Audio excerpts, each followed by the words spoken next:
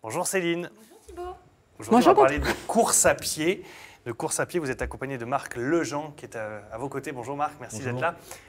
La course à pied, c'est important. On ne court pas sans se préparer. C'est la base, c'est l'introduction déjà. Puis on a voulu coller à l'actualité quand même amiénoise avec donc cette course qui va avoir lieu dimanche, la Jules Verne. Et donc c'est une course qui va permettre donc aux adultes comme aux enfants de courir donc soit 10 km ou 5 km. Mixte, je crois, les 5 km. Donc cette course va avoir lieu donc dimanche à midi. Il n'y a plus d'inscription possible, mais aujourd'hui, on a tous constaté qu'on a des températures quand même exceptionnelles.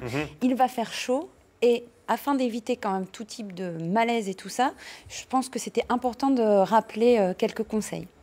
Parce que quand il fait chaud, le corps lutte. Le corps lutte, le corps chauffe, donc il faut réduire la température, il faut l'hydrater. Et c'est vrai qu'il y a quelques conseils quand même à donner avant la course, parce que c'est vrai que ça se prépare, comme vous le disiez tout à l'heure.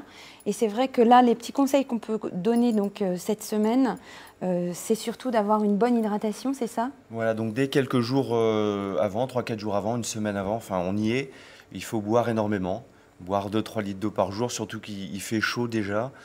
Donc voilà. Pour les adultes. Pour les adultes, ouais, complètement. Ouais.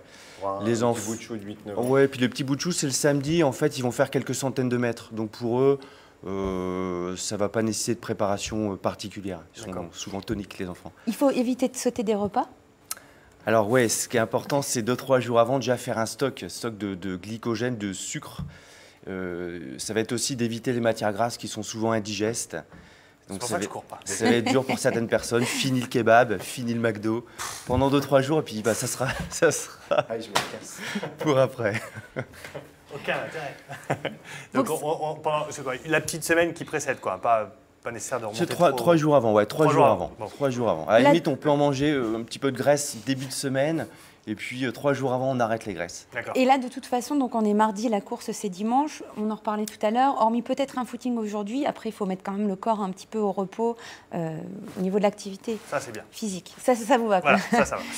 Après, il y a pendant la course. Alors là, on va voir, pour illustrer le propos, parce qu'on va ressortir des images de l'année dernière. Bon, il se trouve qu'on est tombé un peu à plat. On s'est dit on va ressortir des images de la Jules Verne récente. On est tombé l'année dernière. Il tombait les cordes. Départ, donc on ne peut pas dire qu'il y avait une grosse souffrance de la chaleur, alors, mais quand même. Il a plu au tout départ, parce que j'y étais. Il a plu vraiment. On était sous la ligne de départ, sous la flotte, et ça s'est très vite arrêté. Et on a couru au contraire. Après, le soleil a été assez violent d'ailleurs. Ah oui, là, il est violent. Oui, mais non, mais c'est très vite après la course, ça s'est calmé. Bon, alors donc pendant la course. Alors pendant la course, qu'est-ce qu'il faut faire? Pareil. Il faut boire énormément. Alors, il faut boire des choses un peu sucrées, mais pas trop. Le coca, c'est peut-être un petit peu trop sucré. Voilà. Il faut manger peu de choses. On n'a pas besoin. Enfin, là, c'est un effort qui va durer entre 20 minutes et 1 heure. Donc, il faut manger des raisins secs, des bananes, des choses comme ça. On n'a pas besoin de grand-chose en solide. D'accord. Ça, c'est sur 10 km. En plus, c'est pour beaucoup, dont vous qui courez, c'est presque, c'est comme un entraînement, quoi.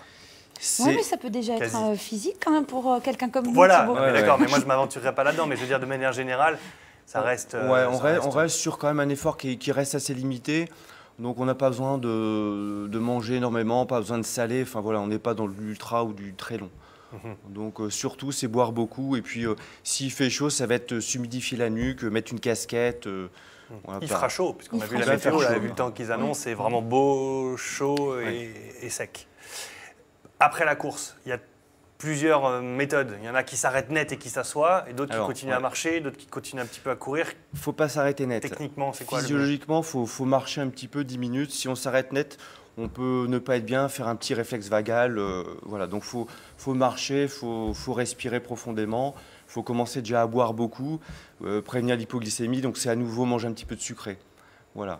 Mais non, on ne s'arrête pas net, surtout pas. Bon, c'est bien organisé, de toute façon, dès qu'on sort des courses, en général, on nous donne justement ces choses-là. Il y a le stand un peu après, il y aura à nouveau normalement de l'eau, les gens seront un peu aspergés s'il fait très chaud. Donc spontanément, de toute façon, ils ne pourront pas rester sur la ligne d'arrivée. L'importance du repas d'après-course. On peut filer tout droit dans un kebab ou un fast-food. Alors, oui. On évite quand même les trucs un peu trop gras. Maintenant, c'est vrai qu'un petit peu de protéines, c'est bien.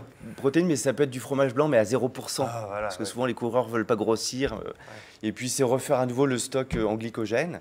manger un peu de protéines, ça permet aussi d'éviter les courbatures d'après la course. Parce que c'est vrai qu'il faut faire attention quand même aux muscles qui ont quand même souffert, même pour 5 km. Et puis, justement, une notion importante, c'est que on entend parler actuellement, le froid, c'est quand même quelque chose de bien. La cryothérapie, ça se développe de plus en plus à Amiens notamment. Ça peut être un moyen de se... Oui, c'est pas mal, ça va éviter les courbatures, ça va éviter que le muscle saigne un petit peu trop parce qu'il est un peu contu pendant la course. Donc c'est pas mal, il faut que ce soit fait assez rapidement après la course, mais c'est vraiment un bon concept. Il y a ça, faire un peu d'élongation, mais pas tout de suite, il faut le faire 2-3 heures après. D'accord. Et puis voilà, un peu d'arnica, des granules, il y a des choses aussi. Donc le message clé, c'est hydratez-vous. Avant, pendant, après. Faites-vous plaisir. Faites-vous plaisir. Et forcez pas trop. Et on ne se lance pas là-dedans n'importe comment, comme ça. Parce que de toute façon, et on terminera cette chronique avec cette phrase fétiche de l'émission, le gras, c'est la vie. C'est la vie. Quel que soit le sport que vous fassiez. Merci beaucoup à tous les deux. On salue Carole aussi. Et on salue Carole qui est dans les coulisses. Qui est dans les coulisses et qui intervient aussi régulièrement dans cette émission et qui est déjà en train de s'échauffer pour partir courir la Jules Verne. Merci à tous les deux d'être venus sur ce plateau.